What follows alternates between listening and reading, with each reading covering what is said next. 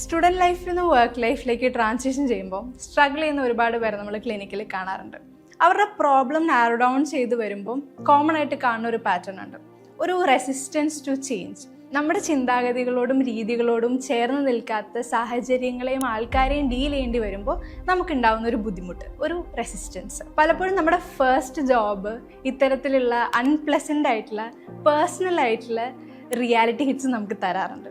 Difficult ആണെങ്കിലും അത് accept ചെയ്ത് അഡാപ്റ്റ് ചെയ്യേണ്ട ഒരു ആവശ്യം നമുക്ക് നമ്മുടെ ജോലിയിലുണ്ട്.